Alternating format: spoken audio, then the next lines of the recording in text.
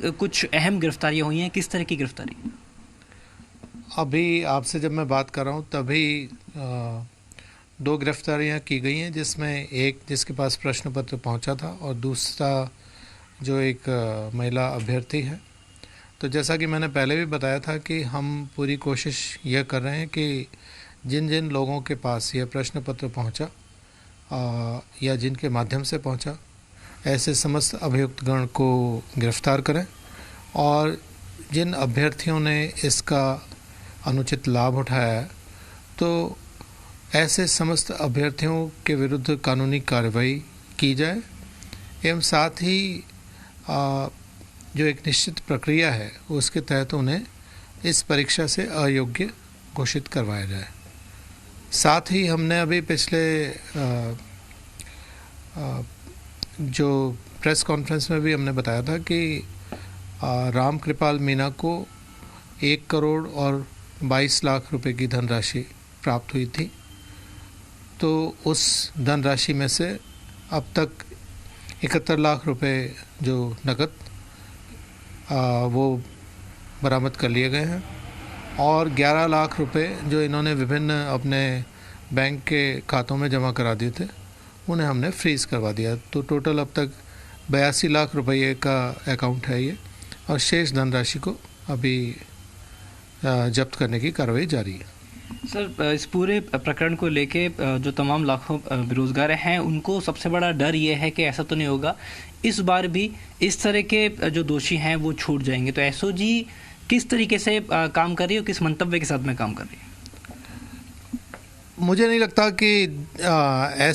ऐसा कोई भी संशय होने का कोई आधार होना चाहिए, क्योंकि अभी तक हमने जिस तरह से एक सूक्ष्म से सूक्ष्म साक्ष्य को ध्यान में रखते हुए जो अभियुक्त गण की गिरफ्तारियां की हैं या जो मूल जहां से प्रश्न पत्र को चुराया गया वहां तक हम पहुंचे या उससे जो भी लिंक्स थे उनको हमने उजागर किया, तो इसी क्रम में पूरे मनोयोग और पूरे साधन के साथ हम इस ओर प्रयासरत हैं कि सभी ऐसे अभियुक्तगण को गिरफ्तार करें ताकि जिस प्रकार से इस परीक्षा को दूषित करने की जो कोशिश की गई है, कुत्सित प्रयास किया गया है, तो उसको हम नाकाम साबित कर सकें। सर, मेरा अंतिम सवाल, इस पूरे प्रकरण को लेके सीएम अशोक गहलोत बेहद गंभीर हैं और एक जिसको कहते हैं खुली जांच के जो आदेश हैं, पूरी जो पावर है वो एसओजी को दी है, लेकिन सवाल लगातार खड़े हो रहे हैं बाहर की सीबीआई जांच की जाए, क्योंकि जैसे जैसे जांच आगे बढ़ेगी हो सकता है एसओजी उस तरीके से जांच ना कर पाए। क्या कुछ कहेंगे? नहीं, ऐसा कोई कहीं से भी ऐसा कोई बात है नहीं, और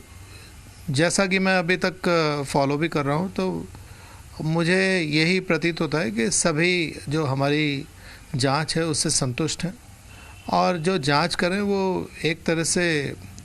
पारदर्शी तरीके से की जा रही है।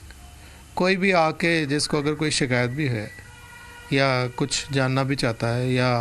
कोई नया इनपुट सुझाव देना चाहता है तो वो हमें स्वीकार है, उसमें हम काम भी करेंगे। तो मुझे नहीं लगता कि अनुसंधान एजेंसी पे कोई इस तरह के संशय की कोई बात है। तो एसओजी के एडीजी जिन्होंने स्पष्ट कहा है कि एसओजी पे किसी भी तरह का कोई दबाव नहीं है, पूरे मामले में लगातार गिरफ्तारियां चल रही हैं और आने वाले समय में एसओजी ये तय